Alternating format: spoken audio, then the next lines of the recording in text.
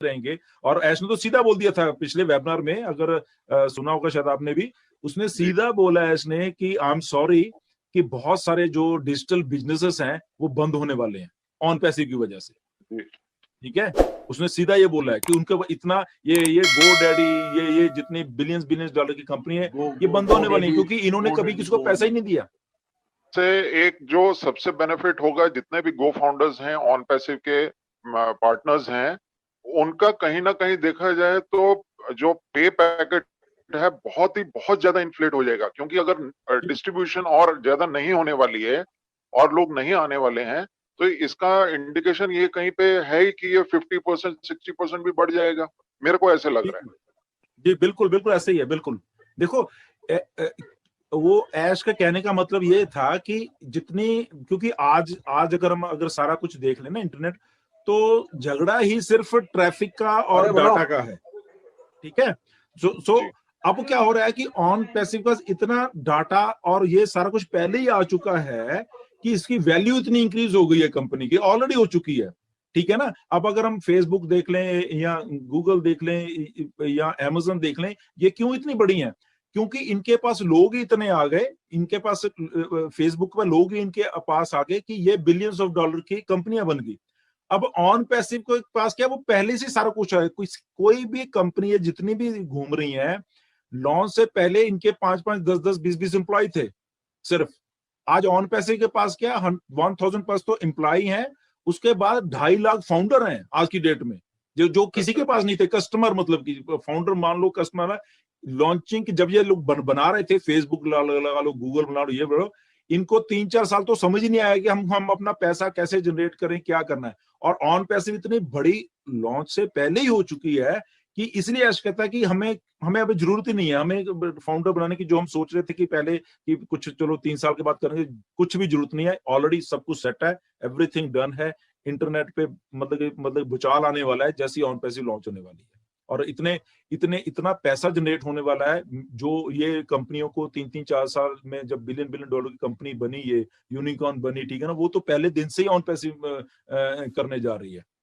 तो डेफिनेटली राजीव जी, ये जो मतलब इतना पैसा जनरेट होने वाला है, लोगों के पास उनकी सक्सेस स्टोरीज होने वाली हैं, वो लोग देखेंगे ना, लोगों को पता चल जाना है सारा कि एक कंपनी इतना कुछ जनरेट कर रही है पैसा, तो क्या होगा, पैसा सबको चाहिए, तो सारे के सारे ऑन पैसे की तरफ आएंगे हर हालत। एडी शुक्ला जी, आगे क्वेश्चन लीजिए प्लीज।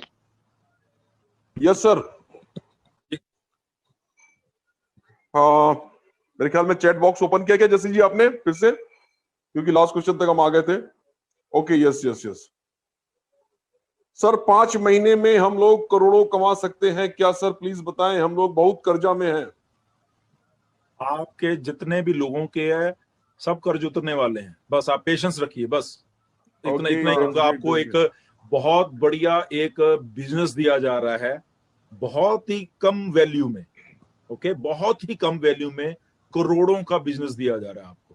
तो आप सोच सकते हो कि ये कर्जे वर्जे पुरानी बात होने वाली। आप सब जितने भी फाउंडर्स हैं आज सुन रहे हैं, ये कर्जा मतलब कि आप सोचोगे कि यार हम लोग कभी कर्जे में डूबे हुए थे और आज हमारे पास इतना पैसा है, ये बहुत पुरानी बात आपको लगेगी कि ऐसा तो चलो अब ठीक हो गया सारा कुछ।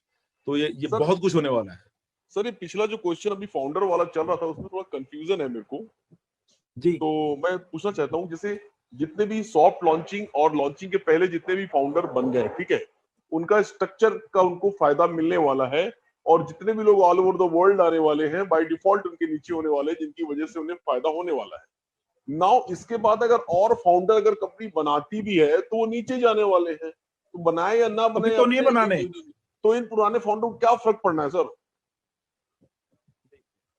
इन पुराने फाउंडर को नए फाउंडर नहीं बनाने से क्या फायदा होने वाला है? कुछ भी नहीं, वो तो बनाने से फायदा ये होने वाला है जी, क्योंकि फाउंडर का मतलब क्या होता है, ठीक है ना, जो मतलब कि ऐसा होने वाला था आने वाले दिन में, ये जो अब हम सोच रहे थे ना कि फाउंडर बनेंगे, मगर वो $97 में नहीं बनने थे, ओके, वो पहले से ही था कि 997 में पहले ये था कि क्योंकि तब ऑन पैसिव को इतना नहीं मालूम था कि इतनी बड़ा कुछ हो जाएगा, इसलिए वो मतलब कि $997 की एक साल के लिए फीस रखी गई।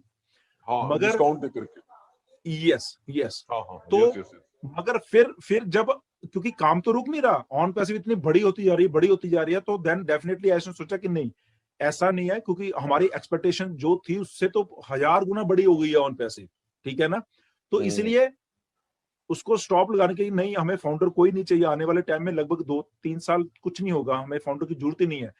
बट यस, उस टाइम पे अगर 3 साल में कोई फाउंडर आना चाहता है तो उसको ये नहीं कि $997, उसको लाखों लाखों डॉलर देने पड़ने थे ऑन पैसिव का फाउंडर बनने के लिए सिर्फ। ओके, तो वो अभी अभी क्या हुआ है, क्योंकि यहाँ पे सबको रियल टाइम में हो रहा है, ठीक है ना, हम लोग करते जा रहे, टीम्स बनती जा रही, बड़ा होता जा रहा है। तो अब आके ये हुआ कि नहीं, हमें तो वो 3 साल बाद वाले भी फाउंडर नहीं चाहिए, ऑन पैसिव इतनी बड़ी हो चुकी है ऑलरेडी, हमें वो भी नहीं चाहिए, इसलिए उसको बंद करो, जो बन गए बस, दैट्स इट। उसके बाद कस्टमर, सेलर्स, रीसेलर आते, वो इंडेफिनेटली जितने मर्जी इन्फिनिटी तक आते रहे, उससे कोई प्रॉब्लम नहीं। इसीलिए वो जो क्राइटेरिया था, मतलब कि 3 साल बाद $997 नहीं थे, वो लाखों रुपए की पोजीशन थी वो वाली, ठीक है ना।